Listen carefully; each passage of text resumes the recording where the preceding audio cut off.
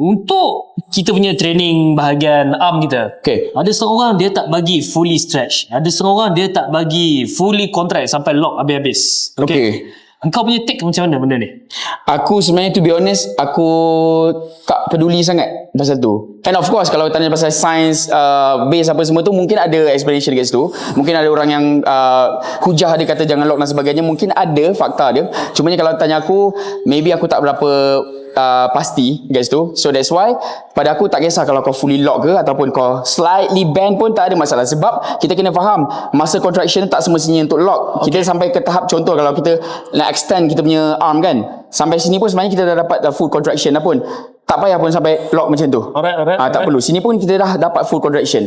Kalau katalah sampai sini mungkin separuh lah, half reps. Tapi bila kita ke bawah ke sini ni pun dah okey dah sebenarnya. Jadi untuk engkau sebenarnya tak adalah kata perlu fully stretch. Betul, tak payah pun. Sebab satu, untuk aku personally, kalau fully stretch dia lebih kepada prone to injuries. Alright. Mungkin kita akan lebih stress dekat kita punya bahagian joint. Contoh kalau kita buat leg press. Alright. Betul tak? Kau imagine leg press machine, kalau kita tolak and kita lock. Kan bahaya dekat ni joint kita boleh patah dan sebagainya. So sama juga dengan apa-apa exercise yang lain lah. Alright, ini untuk bicep kau cakap tadi tak perlu fully extend. Okay. Kalau untuk tricep pula, adakah kau recommend untuk fully flex supaya dia stretch full ataupun sama juga? Separuh, 90 pun dah cukup? Betul, sama juga. Dia nak kata sampai separuh pun tak juga. Contoh kalau macam ni kan.